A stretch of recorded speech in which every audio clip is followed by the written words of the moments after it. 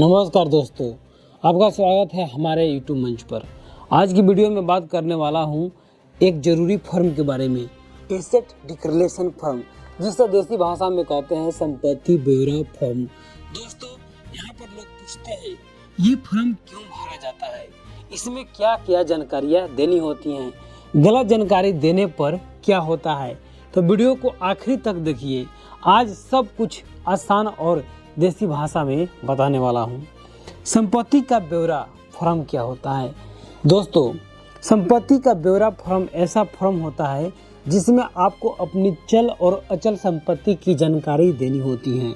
मतलब आपके पास कितना पैसा है, जमीन, मकान, फ्लैट और बहुत कुछ के बारे में जानकारियाँ देनी होती है, जैसे कि बैंक बैलेंस, गाड़ी, जेवर, सब कुछ सरकार या विभाग को बताना होता है।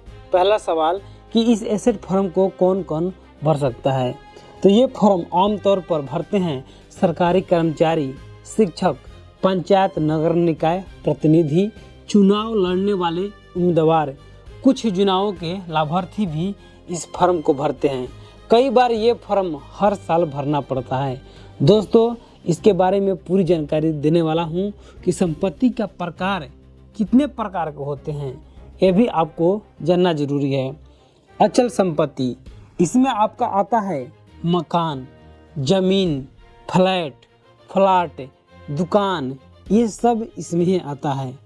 चल संपत्ति, इसका मतलब होता है नगद पैसा, बैंक बैलेंस, गाड़ी, बाइक, कार, सोना चांदी, जेवर, इसके अलावा शेयर, एफडी, LIC, इसमें आता है चल संपत्ति में।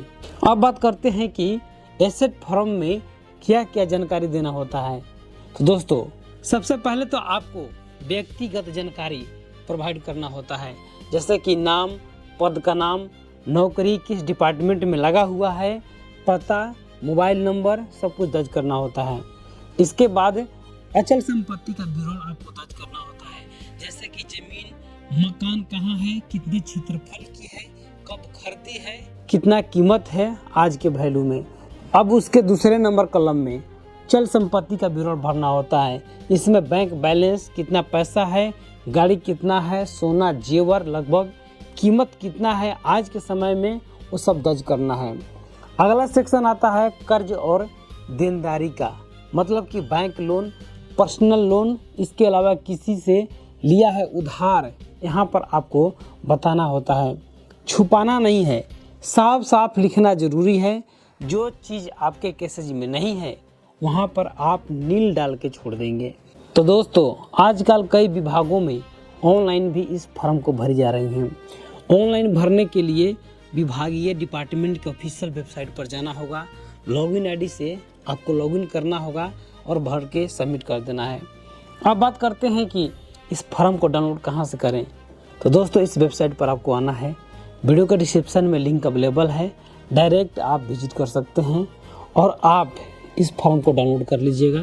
लिंक अवेलेबल है वीडियो के डिस्क्रिप्शन में। अब बात करते हैं कि गलत जानकारी भरने पर क्या होगा।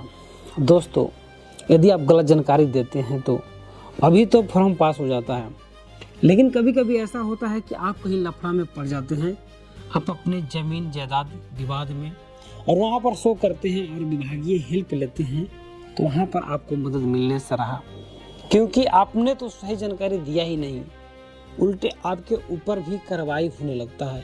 तो ये सब से बचने के लिए आप सही जानकारी देकर फॉर्म को भरें, अंदाजे से बिल्कुल नहीं भरें। जो आपके पास सटीक जानकारी है वह भरकर आप सबमिट करें। धन्यवाद।